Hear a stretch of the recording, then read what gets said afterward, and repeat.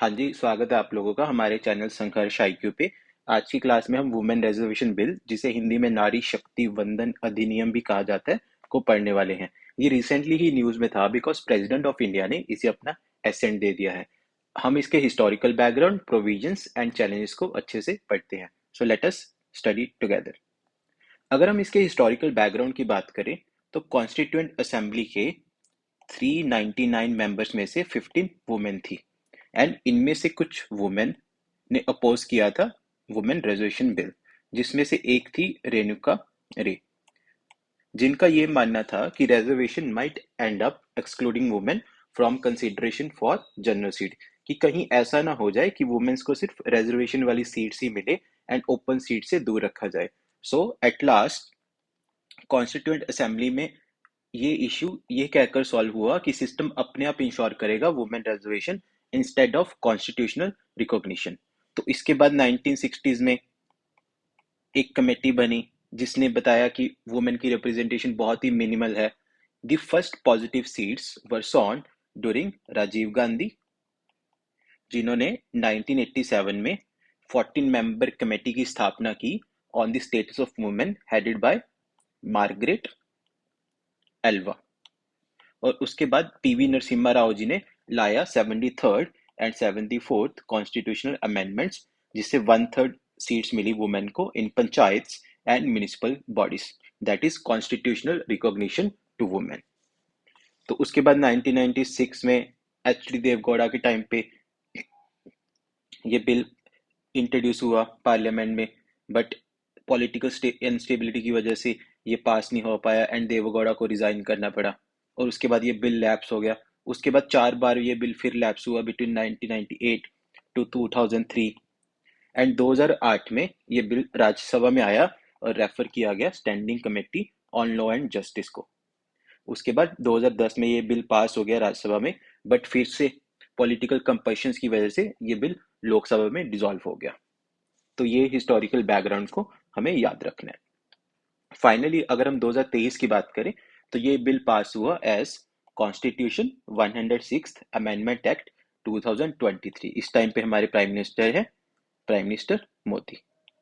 So this is a historical step and a landmark step by parliament of India कि women को 33% reservation, जो कि 1947 से बात चल रही थी, वो अभी इंश्योर हुआ है।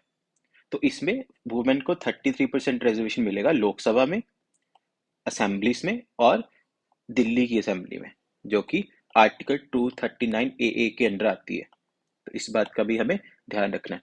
अब हम इसके ब्रॉड प्रोविजंस देखते हैं।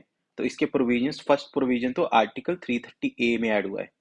पहले कौन सा आर्टिकल था? आर्टिकल 330 था, जिसमें लिखा हुआ था कि एससी और एसटीज को रिजर्वेशन मिलती है। अब आर्टिकल 330 ए ऐड हो गया उसमें। आर्टिकल 330 में आर्टिकल 330 ए ऐड हुआ है, जिससे वुमेन को रिजर्वेशन मिलेगी in Lok Sabha, including 1/3 for SC ST women. तो एससी एसटी वुमेन में भी 1/3 होगा। उसके बाद लेजिस्लेटिव असेंबलीज के लिए आर्टिकल 332 ऐड हुआ है कॉन्स्टिट्यूशन में। दिल्ली के लिए मैंने आपको पिछले स्लाइड में बताया था 239 ट्रिपल ए सेपरेट प्रोविजन है। उसके बाद जो सबसे चैलेंजिंग प्रोविजन है और इस पे कंट्रोवर्सी भी चल रही है कि इस एक्ट के जो प्रोविजंस है will take effect after exercise of delimitation and relevant figures for the first census.